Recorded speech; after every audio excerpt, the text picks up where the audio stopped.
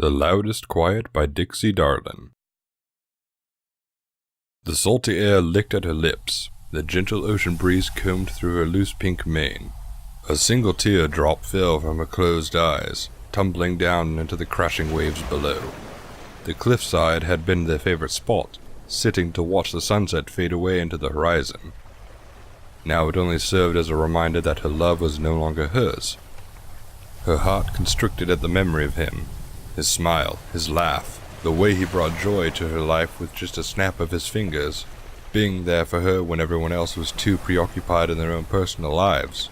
Things that would never come to pass again, yet she could not readily forget them. She took him in when no pony else would. She showed him kindness, taught him friendship, when every pony else said it was impossible for him to ever be anything but a manipulative foe.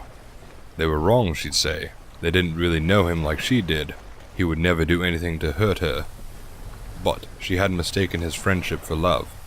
Not his fault. She didn't blame him. He hadn't intended for her to misunderstand his affections. And now he would never be hers.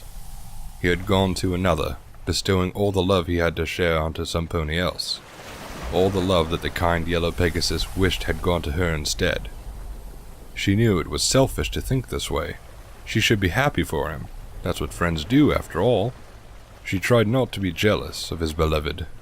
When she'd see her, she would still smile, graciously bow her head at Her Majesty and tell her that everything was all right before shyly slipping away. How could she ever think she could compete with the ruler of all of Equestria? What a fool she'd been. And now she stood there alone and heartbroken, watching through her teary eyes as the ocean waves cascaded against the jagged rocks below her. In the distance, she could hear the faint chimes of the church bells, the final sign that he was lost to her forever. She heaved a gasping sob, her heart afire with grief.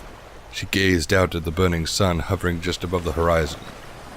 On any other day, it would have already set. This day, however, the royal bride wished to leave the sun shining for just a bit longer to celebrate her special day.